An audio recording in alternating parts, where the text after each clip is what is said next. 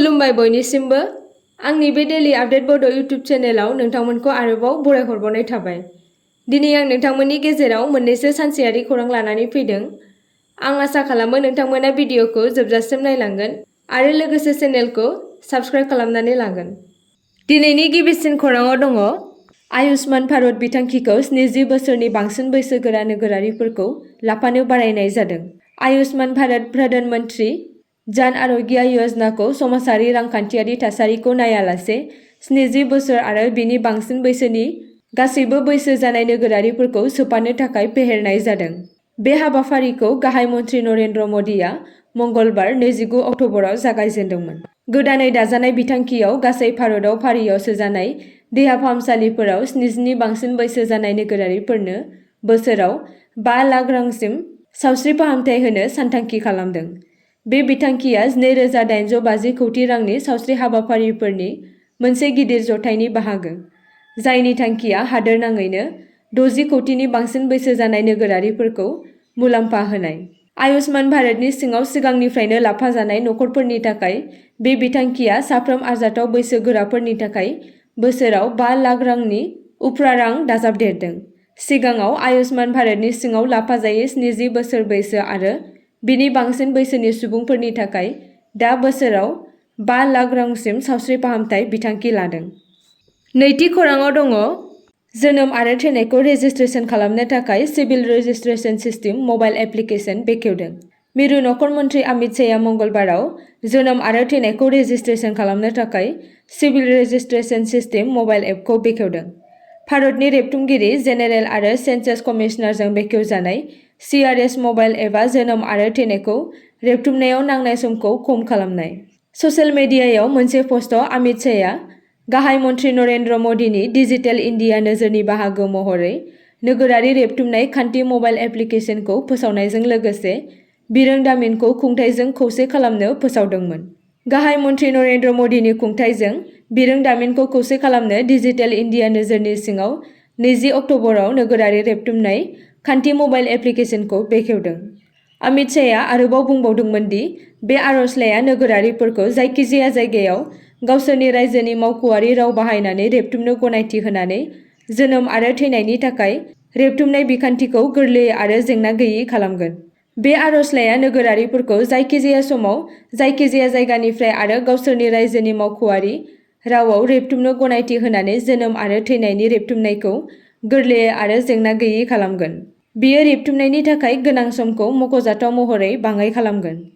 जोनोम आरो थैनाय रेबथुमनाय आयेन 2023 नि बायदिब्ला 1 अक्ट'बर 2023 निफ्राय हादोराव जानाय गासैबो फोरमायथि होजानाय जोनोम आरो थैनायफोरखौ dc.crsorgi.gov.centers पर्टेलनि गेजेरजों डिजिटेल महरै रेबथुमनायनि गोनांथि दङ। थामथि खौराङाव दङ काछाराव फबनाय गोथै सह'खौ बोखांनो नाजानानै हाखर जावनाय सासे सुबुंखौ हमदों। 29 अक्ट'बरनि हर गेजेराव साहा कृष्णापुर काछाराव मोनसे जाथायाव सासे सुबुंखौ गोथै सह'खौ हाखरनिफ्राय बोखांनो नाजानायाव हमनाय जादों। जायगानि थागिरिफोरा बे सुबुंखौ गोथै हाखर जावनाय नुनानै सांग्रांथि होदोंमोन। दायनिगिरिनि सिनायथिखौ सिलडुबिनि आजिबुद्दिन होनना मिन्थिनाय जादों। बिथांखौ गोथैसालियाव सासे जायगानि थागिरि फाखरुद्दिननि गोथै सह'खौ हाखर सिंनिफ्राय दिहुननो नाजानायाव मोननाय जादोंमोन, जाय 29 सान सिगां रुंसारि जादोंमोन। रिपर्टफोरनि बायदिब्ला फाखरुद्दिननि फिसाज्लाया गोथैसालि सेरजों थांनाय समाव सानै सुबुंखौ गावनि बिफानि मांखरसालिखौ जावनाय नुदोंमोन। सोमोनांनाय आरो गिखांनानै बिथाङा थाबैनो सांग्रांथि होदोंमोन, खाथि-खालानि जाथाय जानाय जायगायाव खारलांदोंमोन आरो आजिबुद्दिनखौ हमनो हादोंमोन। नाथाय बिथांनि गुबुन सासे लोगोआ खारखोमालांनो हादों। सोंनाय फिननायाव बिथाङा फोरमायदोंमोन दि बिथां आरो बिथांनि लोगो, जायनि सिनायथिखौ सादाम हुसैन होनना मिन्थिनाय जादों, आरो बिसोरो गोथै सह'खौ बोखांनो नाजागासिनो दंमोन। काछारनि SP नुमाल महातेआ बुंदोंमोन दि आजिबुद्दिन मुंनि सुबुंखौ खानाय जादों। बिथाङा गोथै सह'खौ दिहुननो थाखाय गोथै हाखरखौ जावगासिनो दंमोन, नाथाय माखासे नेमखान्थिनि थाखाय गोथै हाखरनिफ्राय हाखौ लुबैदोंमोन।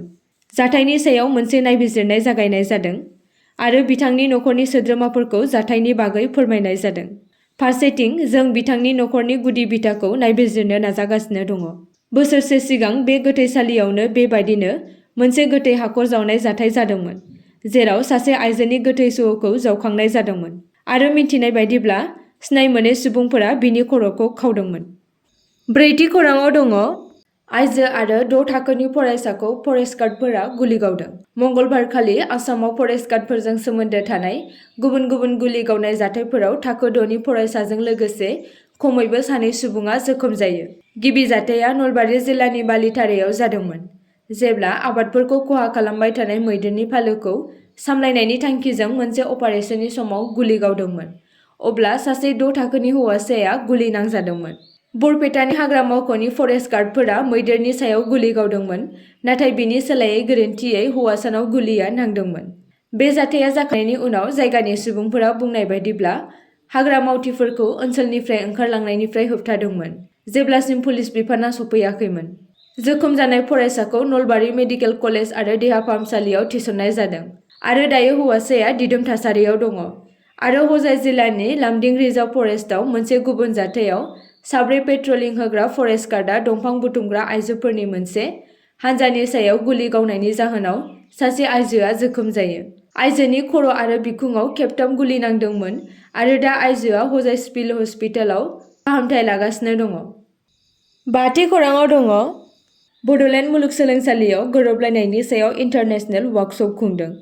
बड'लेण्ड मुलुगसोलोंसालिया बिटिआर सोरखारनि हेफाजाबाव बड'लेण्ड टेरिटरियेल रिजनाव गोरोबलायनायनि गोनांथार बिखान्थिनि सायाव नोजोर होनानै साननैनि गेजेर इन्टारनेशनेल वर्कशप खुंफुंदों। बे हाबाफारिनि थांखिया आथिखालनि गोरोबलायनायनि थासारिखौ बिजिरनाय आरो दावगानायनि थाखाय आरोबाव आगानफोरखौ सिनायथिनाय, बिजिरसंनायखौ नोगोरारि समाजनि हाबाफारिजों सरजाबनाय। फरायसंगिरि आरो सुबुं समाजनि दैदेनगिरिफोरनि मोनसे बायदि रोखोमनि हानजाखौ ज' खालामनानै वर्कशपआ ओनसोलाव गोजोन आरो अरायथा जौगानायनि लामाफोरनि सायाव सावरायनायखौ सुबिदा खालामदों। बाहागो लागिरिफोरा सोलोंथायारि बिजिरसंनाय आरो सुबुं समाजनि बाहागो लानायनि गेजेराव हेफाजाबनि गोनांथिनि सायाव बोलो होनानै मावखान्थिफोरखौ रानलायदों। बे वर्कशपआ बिटिआरआव गोरोबलायनायनि जेथोफोरखौ नोजोर होदोंमोन, जारिमिनारि अजदफोरखौ बिबुंसार होदोंमोन आरो बयखौबो लाफानानै सावरायनायनि गोनांथिखौ फोरमायदों। बे वर्कशपखौ मंगलबाराव आसामनि केबिनेट मन्थ्रि उर्खाव ब्रह्मआ बेखेवदोंमोन।